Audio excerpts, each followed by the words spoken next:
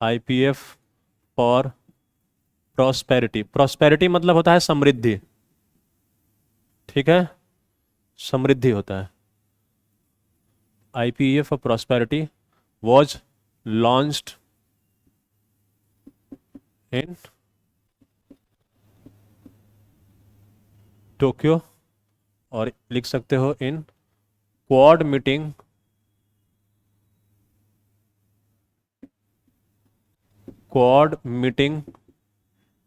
Eight Tokyo, ठीक है। Tokyo कहाँ है? जापान में। अभी रिसेंटली लॉन्च हुआ है, ठीक है ना। अभी क्वाड मीटिंग चल रही थी, कहाँ पर?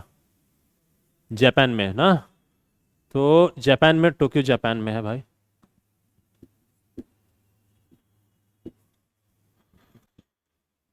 तो जापान में क्वाड मीटिंग, क्वाड तो पता ही होगा, क्वाड तो कोई बोल नहीं सकता कि नहीं पता होगा, बहुत मैंने यहाँ पर नाम ले लिया है, ठीक है, काफी बार मैंने समझा दिया है। क्वाड की मीटिंग चल रही थी, उस मीटिंग में इसे लॉन्च किया गया है रिसेंटली, ठीक है। इंडो पैसिफिक इकोनॉमिक फ्रेमवर्क, ये एक ग्रुपिंग है क्वाड की तरह ही, जैसे क्वाड एक ग्रुपिंग है उसी तरीके से ये भी एक ग्रुपिंग है, ठीक। अब इसमें क्या होगा? दिस इज अ ग्रुपिंग और new economic new economic ties, ठीक है। और basically for new economic initiative बोल सकते हो। This is a new economic initiative, this is a grouping of new economic initiative, ठीक है। न्यू इकोनॉमिक इनिशिएटिव मतलब कि आर्थिक क्षेत्र में एक नया इनिशिएटिव है, एक नई क्या है, पहल है, ठीक है, एक नई पहल है, किस में? आर्थिक क्षेत्र की विकास के लिए। और कौन सा क्षेत्र का विकास के लिए? In the Indo Pacific, Indo Pacific, Indo Pacific reason में, ठीक है। इंडो पैसिफिक मतलब जहां पर हिंद महासागर, इंडो मतलब इंडियन ओशन, ठीक है, इंडिया और इंडियन ओशियन मेनली। तो इंडियन ओशियन और जो मेनली इंडिया, इंडो मतलब जब हम मेनली इंडिया की बात करते हैं, ठीक है, तो इंडिया कहां पर है अपना? एशिया में। और पैसिफिक प्रशांत महासागर, ठीक है। तो प्रशांत महासागर और इंडिया के जो बीच में जो कंट्री आते हैं उनकी बात हो रही है। और ये it was led by US, ठीक है, यूनाइटेड स्टेट्स।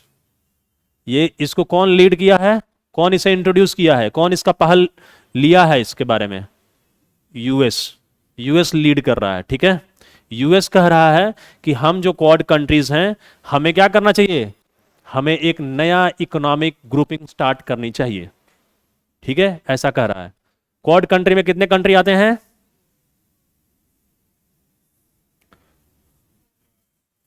4। कौन कौन से? यस, इंडिया, ऑस्ट्रेलिया, जापान और यूएस, ठीक है। तो ये चारों इन जो क्वाड कंट्री हैं, इन लोगों ने लॉन्च किया है टोक्यो में, ठीक है। तो उन्होंने क्या पूछा कि yes, Indo Pacific regional initiative बोल सकते हो, ठीक है। Yes Tanu, regional initiative, Indo Pacific region है, ठीक है, ग्लोबल नहीं है, रीजनल ही बोल सकते हो। यस, तो क्वाड कंट्री इसमें कौन कौन है, चलो मैं ये भी बता देता हूं। एक तो क्वाड कंट्री रहेंगे ही रहेंगे, मेंबर्स जो इसके रहेंगे सदस्य, मेंबर्स में quad country, all quad country, all quad member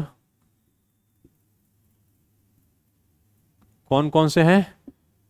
India, US, Australia, Japan.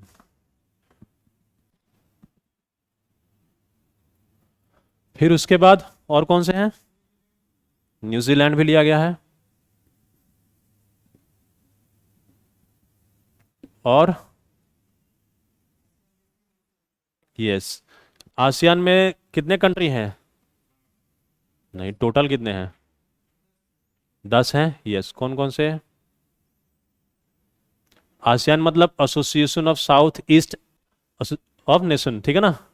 South east Asian Asian nation, south east Asian nation, association of south east Asian nation, ठीक है।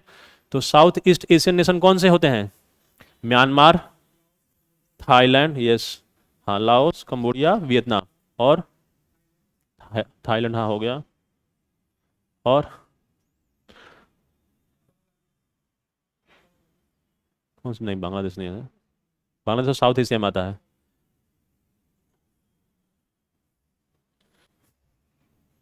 तो यस, इसमें है आपका सिंगापुर है, और यस, फिलीपीन भी है। आपका आता, देखो, म्यांमार के नीचे जो, थाईलैंड के नीचे जो है, कौन सा है आपका? एक तो ऊपर है मलेशिया, मलेशिया में ही सिंगापुर है।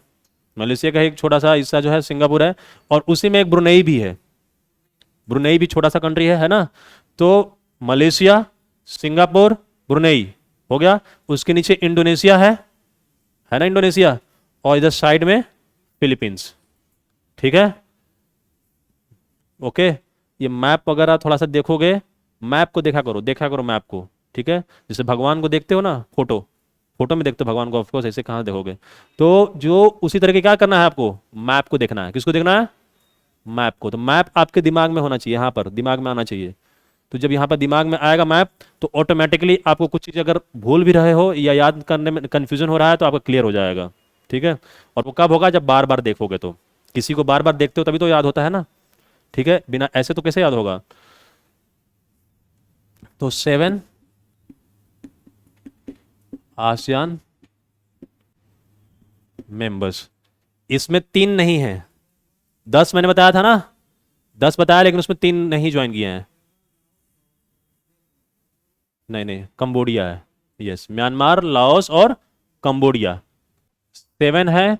कौन से नहीं है? 3 आसियान मेंबर जो हैं, इसको मैं अलग से लिख देता हूं पॉइंट को।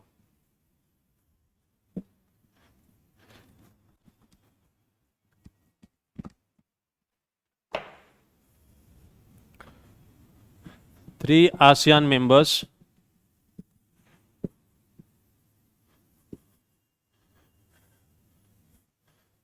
कौन कौन से?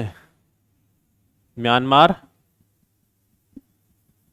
दूसरा लाओस, और दूसरा कंबोडिया, ठीक है। ये तीनों ने, दे डिड नॉट ज्वाइन, ठीक है।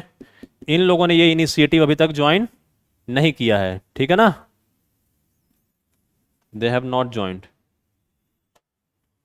क्यों? क्यों नहीं ज्वाइन किया इन लोगों ने? यस, क्योंकि ये लोग चाइना के सहयोगी हैं, ठीक है। और चाइना के सहयोगी हैं, तो इसलिए इन लोगों ने नहीं किया है चाइना के सपोर्ट में। क्यों? क्योंकि ये जो इंडो पैसिफिक इकोनॉमिक फ्रेमवर्क है, इसको कौन लीड कर रहा है? यूएस। और यूएस, और मेनली क्वाड ना, और यूएस उसमें लीड कर रहा है सबसे। और आपको पता है कि इस समय यूएस और चाइना के बीच में क्या चल रहा है?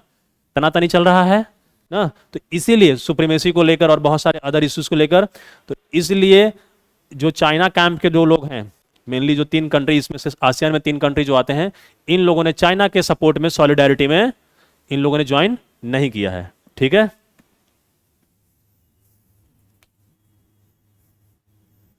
ठीक है, because they are allies of, ठीक है। क्यों? अच्छा, अलाइज मतलब सहयोगी हैं, चाइना के लोग सहयोगी हैं, इसलिए इन लोगों ने ज्वाइन नहीं किया है। हो गया इतना?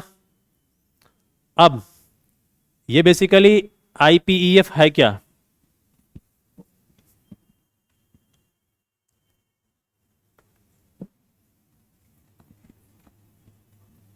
आईपीईएफ है क्या?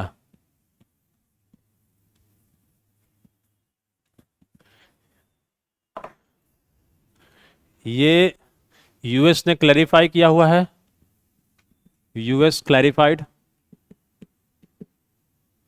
इसने सफाई दिया है यूएस ने क्या, कि it's not a free trade deal, it is not going to be a free trade deal.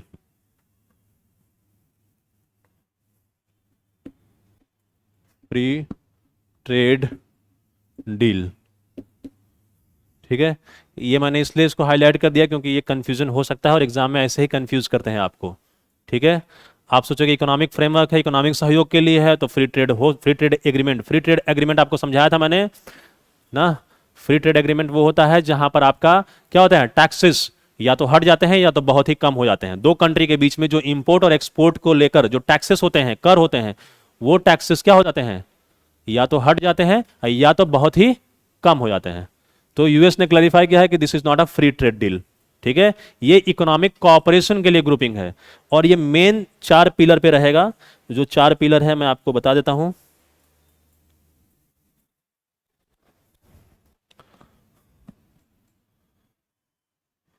Four main pillars of IPEF. जो आईपीईएफ है उसका 4 मुख्य स्तंभ, ठीक है। हाँ, सॉरी, हाँ सप्लाई चेन है एक उसमें, और क्या, क्या एरिया, हाँ ट्रेड है, हाँ वही सप्लाई चेन रेजिलियंसी। चलो ठीक है, पहला है ट्रेड, ठीक है, supply chain resiliency, and third जो है वो है clean energy and decarbonisation. Clean energy and decarbonisation.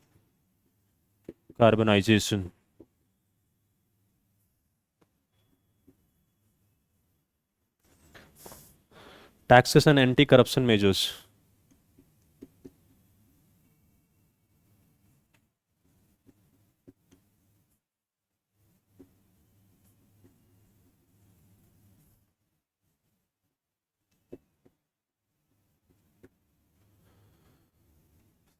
Okay,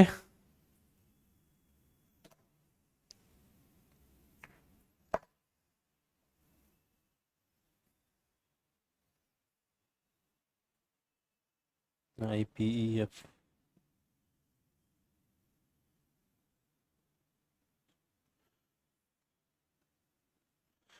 चलो इसको श्रृंखला लचीलापन, इसको आप देखो, जो ये इकोनॉमिक फ्रेमवर्क है, ये जो ग्रुपिंग है, ये बेसिकली इन लोगों ने कहा है कि 4 मुख्य स्तंभ पर आधारित होगी। 4 मुख्य स्तंभ क्या है, एक है ट्रेड, जो आपको पता ही है, ट्रेड मतलब buying and selling of goods, व्यापार। ट्रेड मतलब क्या होता है, व्यापार, ठीक है।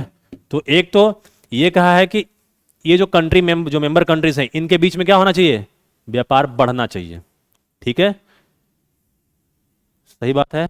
ये कोई भी कंट्री का इकोनॉमिक एग्रीमेंट में यही मेन उद्देश्य होता है ना, व्यापार हम बढ़ाना चाहते हैं, कोई घटाना चाहता है, नहीं, बढ़ाना चाहते हैं हम। Supply chain resiliency, supply chain को क्या बोलते हैं हम लोग, आपूर्ति श्रृंखला लचीलापन, यही बोलते हैं, सही है, श्रृंखला लचीलापन। जो थोड़ा सा टेक्निकल कुछ वर्ड है तो मैं उनका कुछ बता दे रहा हूं, ठीक है।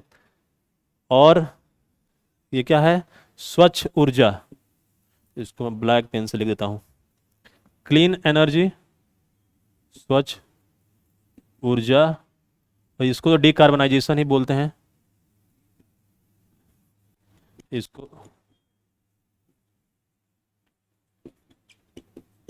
ठीक है, देख लेना आप लोग, इसको डीकार्बनाइजेशन ही है। और ये तो आपको पता ही है, टैक्स और एंटी करप्शन, भ्रष्टाचार विरोधी जो नियम है, ठीक है, मापदंड जो भी रहेगा, ओके। तो अब इन चारों को मैं थोड़ा सा ब्रीफली एक्सप्लेन करता हूं क्या है और क्यों ये जरूरी है और किस लिए इंपॉर्टेंट है ये लोग। देखो, आईपीईएफ जो है बेसिकली वो आया हुआ है अभी इस समय जो ट्रेड है, जो बिजनेस है, इकॉनमी है, वो सारी इकॉनमी जो है ऑफ कोर्स पूरा वर्ल्ड ग्लोबलाइजेशन की वजह से क्या है, कनेक्टेड है एक दूसरे से।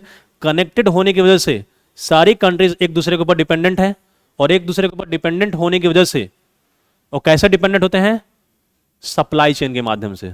Supply chain, global supply chain उसे कहते हैं हम लोग। ग्लोबल सप्लाई चेन मैंने आप लोगों को एक बार बताया था। सप्लाई चेन मतलब होता है जो आपूर्ति श्रृंखला, मतलब कि जैसे अगर मुझे यहां पर ये मोबाइल चाहिए, ठीक है, ये मोबाइल चाहिए, ठीक है, तो ये मोबाइल या लैपटॉप या कैमरा, ये सब चीज बनता है, तो ये क्या ऐसे ही एक जगह पे सीधे बन जाता है?